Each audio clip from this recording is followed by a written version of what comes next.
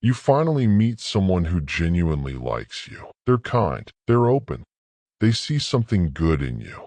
And suddenly, you don't feel like yourself. You start adjusting, filtering your words, becoming a slightly different version of you.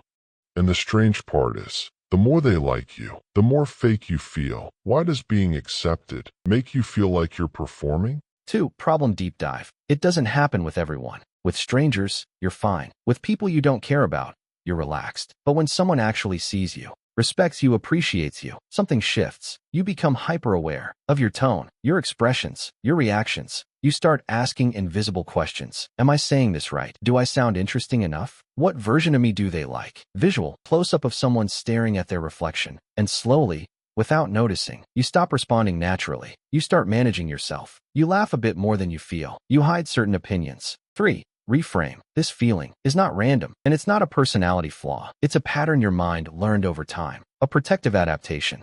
Because at some point, being fully yourself didn't feel safe. Maybe you were misunderstood, judged too quickly, or accepted only when you behaved a certain way. So your brain learned something subtle.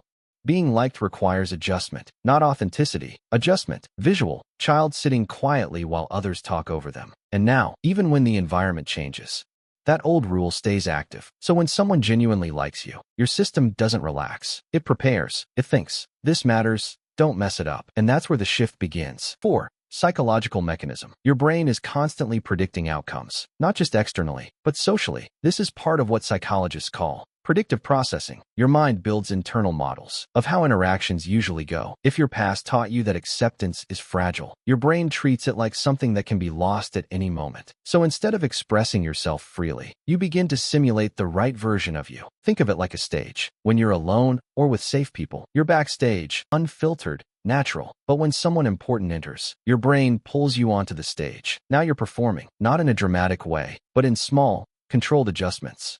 5. Practical framework. This doesn't change by forcing yourself to be authentic, because the behavior isn't the root. The mechanism is. So the shift has to happen at that level. 1. Shift attention outward. What to do? Gently redirect your focus from yourself to the other person. Notice their tone, their expressions, their energy. Why it works. Self-consciousness increases activity in brain regions linked to self-monitoring, like the medial prefrontal cortex. Shifting attention outward reduces this loop. Example. Instead of thinking, do I sound awkward? Notice how they react when they speak. Their pauses, their rhythm. 2 people talking. Focus softens on one person observing calmly.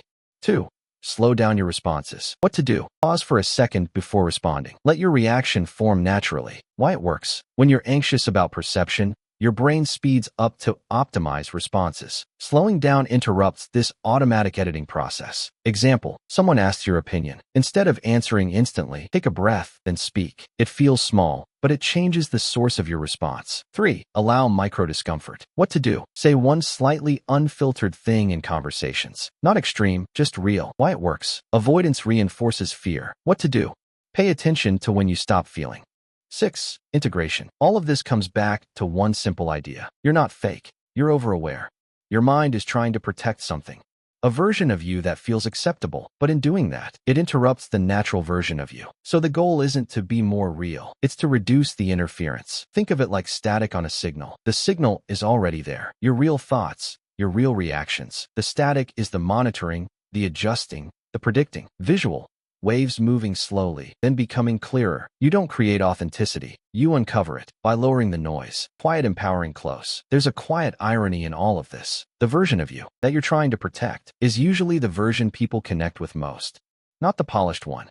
Not the managed one. The slightly imperfect one. The one that doesn't try as hard. Person walking alone at night, calm and steady. So the next time someone likes you, and you feel that shift, don't rush to fix it. Stay a little longer in that uncomfortable space.